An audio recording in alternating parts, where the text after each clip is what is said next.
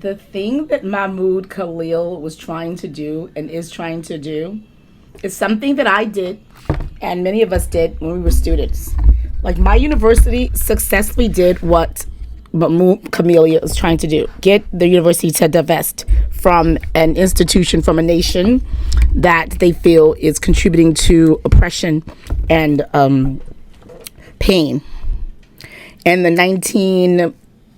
late 80s, 110 universities protested and successfully got their university to divest in apartheid South Africa. A couple years before I joined the University of Maryland at College Park, we had successfully gotten our university to divest from South Africa. I'm not comparing what's going on, the two nations, but in terms of what people see as atrocities have gone on between the two. And back then, we didn't have an authoritarian regime that stifled First Amendment. We use our First Amendment rights, and that's what he's trying to do. They're trying to accomplish. People may not like barricading. People may not like the doors. Here's a video of myself. Took my daughter to an outpatient clinic at George Washington University, which was a hotbed of protests. I think it was like last summer or last spring. And she sat in the car and she watched this. We sat there as the protesters walked by, and it was just instructive and interesting for her to see activism, because her mom was an activist. Like, I was the president of the African Student Association in college, and I was in the newspaper. I received a hate letter once I was vocal. We protested during my era, the Rodney King beatings.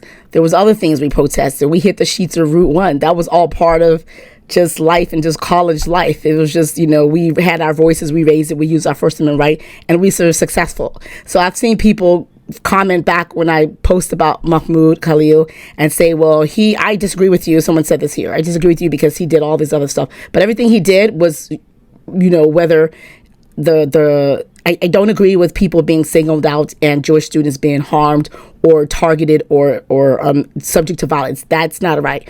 But I personally don't have evidence of him specifically doing that to them. I do know that they were loud. I went to the Kamala Harris rally in D.C. They were very loud, like you could consider scary, pro-Palestinian protesters doing that thing because they were, the leftists were like really anti-establishment, anti the Biden-Harris administration because they were pro-Israeli government and supported them all the way through. They were very, very, but the thing about it is they had a right. They're the First Amendment rights.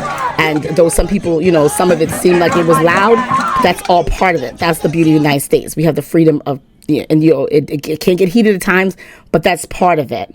So you may not like it. It may seem scary. It'd be abrasive. It is rough to be on the other side. 'Cause we were on the other side, but it's part of the First Amendment. So I'm just sharing my voice, just sharing like what they're doing shouldn't be unlawful. Someone shouldn't be detained and thrown in jail for exercising it. And definitely, as I've said before, the First Amendment applies to everyone in the United States, whether you are a U.S. citizen, whether you're permanent, a temporary resident, or just a visitor. The law, the jurisprudence says you are allowed to protest. It's just bedrock principles. But since we have this lawless administration that does not respect the Constitution, the wannabe dictator who is a criminal felon himself, and this lawless band of goons, unqualified, election deniers. History is not going to look good on them, but we persist, and I just wanted to share that what they're doing is not what they were asking for, what they're fighting for, whether you like it or not, is something that is part of the First Amendment right. That's all I have to say on that. So agree with it or not, it is. And they shouldn't be thrown in jail for it. And it's just slippery slope because we have this regime that doesn't like that speech, and at some point, I know people think there won't be free and fair elections again. There will be. And at some point, there's going to be another administration that is against your political thing. You would not want them doing the same thing to you. So think about that.